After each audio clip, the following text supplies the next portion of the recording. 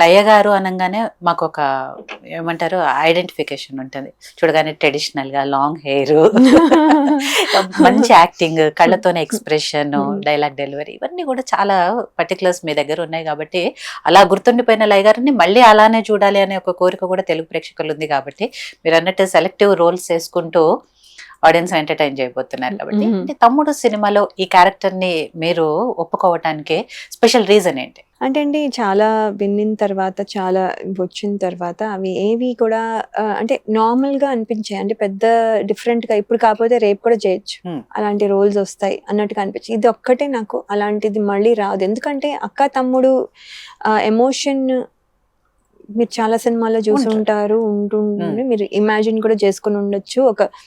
ఒక motherly feeling, అక్క అనగానే ఒక మదర్లీ ఫీలింగ్, అంటే next mother basically. So and ఒక అలాంటి బాండ్ ఉంటుంది, లేకపోతే అలాంటి సెంటిమెంటల్ ఫీలింగ్ ఉంటుంది అనుకోవచ్చు. కానీ మీకు ఇందులో అలా ఉండదు.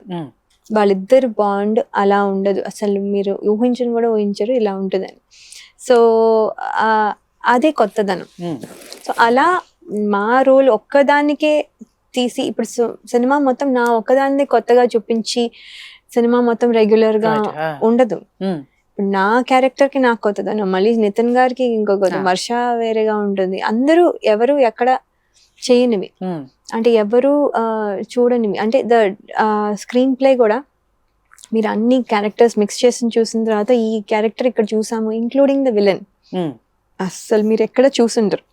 సో ఏమంటున్నానంటే సో ఈ కొత్తదనం అన్నీ ఉన్నాయి చూసారా. అండ్ ప్రెజెంటేషన్ నేను ఫుల్గా చూడలేదు, బట్ వెన్ ఈ నెరేటింగ్ ఒకలాగా చెప్తారు కదా ఇలా ఉండబోతోంది అని ఒకలాంటి మనం అనుకుంటాం చూసారా. ఆ నెరేషన్లోనే తెలిసిపోయింది that it will be different film.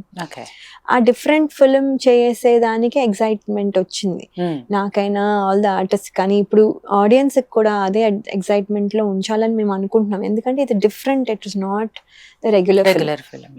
నిజంగానే అంటే ఆ టైటిల్ చూడగానే అందరు కూడా ఒక ఫ్యామిలీ డ్రామా అనుకుంటారు, కానీ అది కాకుండా ట్రైలర్ చూసిన తర్వాత ఇదంతా ఒక యాక్షన్ ఫిల్మ్ అనేది తెలుస్తుంది. కాబట్టి మీరు అన్నట్టు డిఫరెంట్ గా అయితే ఉండబోతోంది అనే ఒక క్లారిటీ అయితే ఉంది.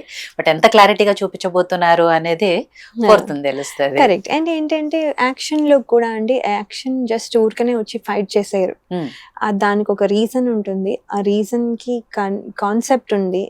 ఒక ఫైట్ ఉందంటే ఒక కాన్సెప్ట్ ఉంటుంది. అంటే ఇప్పుడు మనకి డాన్స్ చేసామనుకోండి, డాన్స్ కూడా ఒక కాన్సెప్ట్ ఉంటుంది కదా. అదే అంటే మనము స్టోరీ రన్ అవుతూ కొన్నిసార్లు చేస్తాం. ఊరికనే ఒక డ్యూయెట్ అనుకోండి, జస్ట్ అది ఎక్కడైనా మ్యాచ్ చేయొచ్చు.